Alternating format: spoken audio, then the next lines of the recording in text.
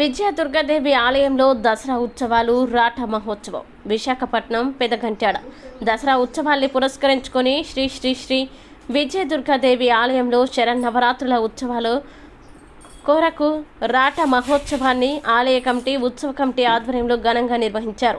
ఈ సందర్భంగా ఆలయ ప్రధాన అర్చకులు రమేష్ ఈశ్వర్ శర్మ మాట్లాడుతూ ప్రతి సంవత్సరం లాగే ఈ సంవత్సరం కూడా అక్టోబర్ 3 గురువారం నుంచి అక్టోబర్ 12 శనివారం వరకు శ్రీ విజయ దుర్గాదేవి ఆలయంలో నవరాత్రులు అత్యంత ఘనంగా నిర్వహించడం జరుగుతుందని తెలిపారు.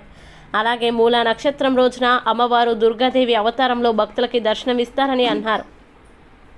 ఈ నవరాత్రుల్లో ఆలయంలో ప్రతిరోజు ఉదయం 8 గంటల నుంచి భక్తులచే 12 గంటల వరకు ప్రత్యేక పూజలతో పాటు కుంకుమ పూజలు, అలాగే సాయంత్రం 6 గంటల నుంచి 9 గంటల వరకు హోమాలు నిర్వహించడం జరుగుతుందని తెలిపారు.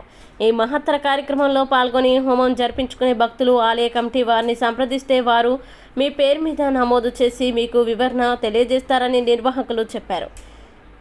ఈ కార్యక్రమంలో ఆలయ ధర్మకర్తలు తెప్పల దుర్యోధన, లక్ష్మి, ఆలయ అర్చకులు రాజేష్ శర్మ, ఈశ్వర్ శర్మ, కండిపిల్లి వెంకటరమణ, కడవల రమణ, కండిపిల్లి గురుమూర్తి, పులి సోమారెడ్డి, కండిపిల్లి సత్యనారాయణ, మాలకొండయ్య చౌదరి, పి సాయి మణికంఠ, కండిపిల్లి మణికంఠ, శ్రీనివాస్ రెడ్డి తదితర గ్రామ మహిళలు, భక్తులు అధిక సంఖ్యలో పాల్గొన్నారు.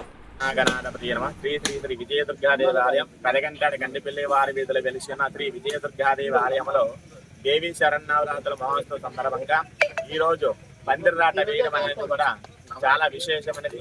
అలాగే ఈ రోజు పందిర్రాట వేసి మనకి 12 తారీఖు వరకు కూడా ఈ యొక్క దేవీ నవరాత్రుల పండగ మహోత్సవం పూజా కార్యక్రమాలు అంగరంగ వైభవంగా జరిగి ప్రతిరోజు కూడా ఉదయం తెల్లవారుజాము 4 గంటలకు కూడా అభిషేకాలు అలాగే అలంకరణ కూడా జరిగి కావున ప్రతి ఒక్క భక్తులు కూడా వచ్చి ఈ యొక్క కార్యక్రమ పూజా కార్యక్రమం పాల్గొని అమ్మవారిగా కృపకు పాత్రలుగా మరి కోర్చు.